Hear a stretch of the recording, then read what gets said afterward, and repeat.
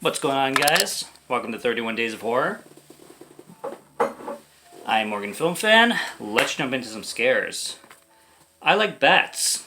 I kind of like bats, but I Like Bats is a Polish film directed by, oh boy, can I pronounce that? Grzegorz Warchol? Anyways, this is from the box set, and this is where I'm cheating a little bit. This is from the box set House of Psychotic Women. Now, I already started a review series of House of Psychotic Women, however, I only got to one film.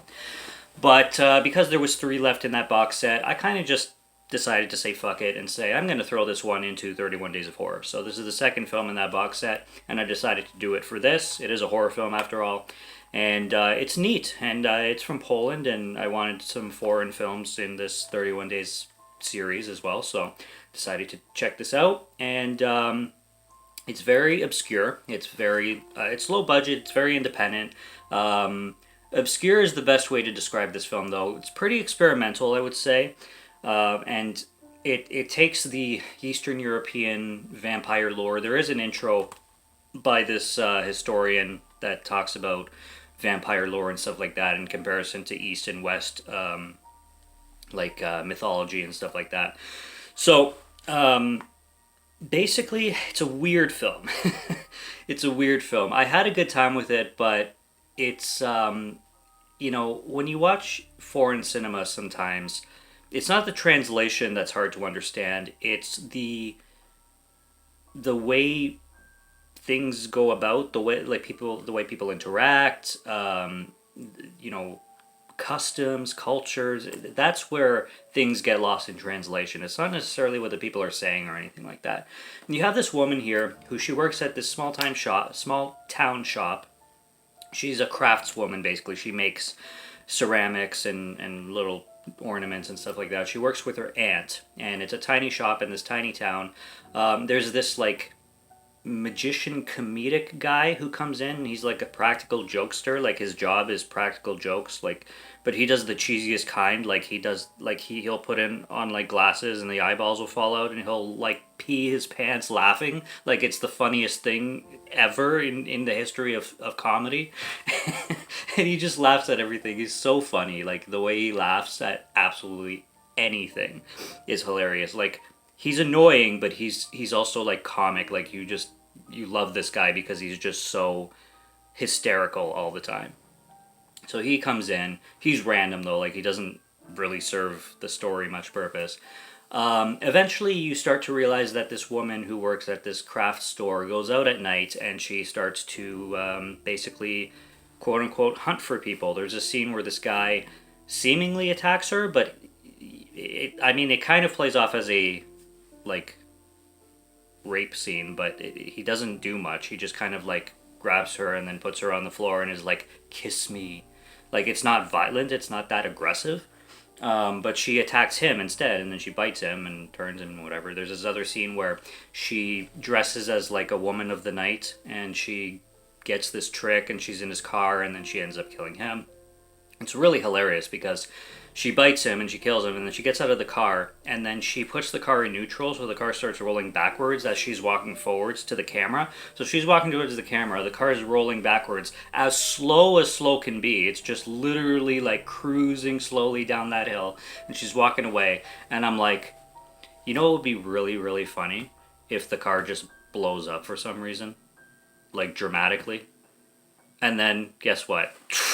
The car blows up dramatically for no reason, even though it was going at a snail's pace down that freaking hill. So funny. I was like, called it.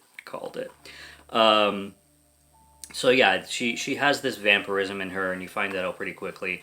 Middle of the film, she checks herself into this like rehabilitation place because she wants to like get rid of her vampirism, but she goes in there checking herself in as a nymphomaniac. So she is treated like a nymphomaniac, and she like relates her vampirism to nymphomania and to like an addiction kind of thing, and that's something she wants to be rid of. And that happens, and then she falls in love with the guy there. But then you start to see that characters have ulterior motives for her, and they want to experiment on her, and some people know she's a vampire, some people don't. And then, at the end, I don't really know by the end of the movie, I don't really know if this woman wants to be a vampire or not be a vampire, because she seemingly flips back and forth, and like, I don't want to spoil too much about the ending, but essentially she flips back and forth, and I can't really tell if she's happy with doing what she does and being who she is or not. It's confusing in that way. But there's a lot of like Polish culture and lore in here, especially vampire lore, that a lot of it, I have to say, went over my head, and this is a movie that'll take some watches. And I wish I could find some, like, not explain videos, but just other people's takes on it. Unfortunately, I couldn't find a single review on YouTube, so this is probably going to be the only I Like Bats review on YouTube is going to be mine, so congratulations, Morgan Film Fan. In 31 Days of Horror, you get an explanation on I Like Bats, at least from what I can say about it. First time on disc in North America, look at that. But yeah, it's a cool addition to House of Psychotic Women. I'll be obviously reviewing the next two films later, whenever.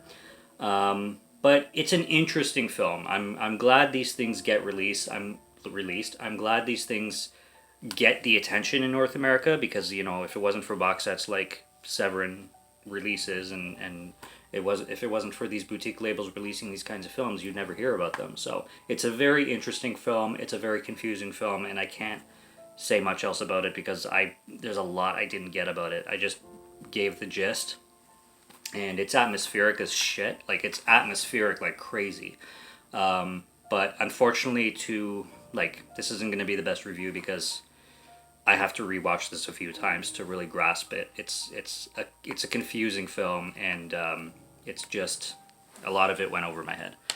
But that's I Like Bats. I'm glad it is available, and I'm glad it has more attention to it, and that's really neat when films like this get more attention, because they deserve it and they need it, and films like this need to be discovered and sought out more, in my opinion. So that's day 23. I Like Bats. It was fun, and plenty more to come. We're heading towards the end, but we've got 8 more to go. So I was going to say 7. 8 more to go, and it should be fun. So check out what's on the channel already. Check out the previous 31 Days of Horror reviews. Check out the previous years as well. Subscribe if you like these reviews. Stay tuned for more. There's day 24 coming tomorrow. So yeah, until next one, keep things spooky. Cheers.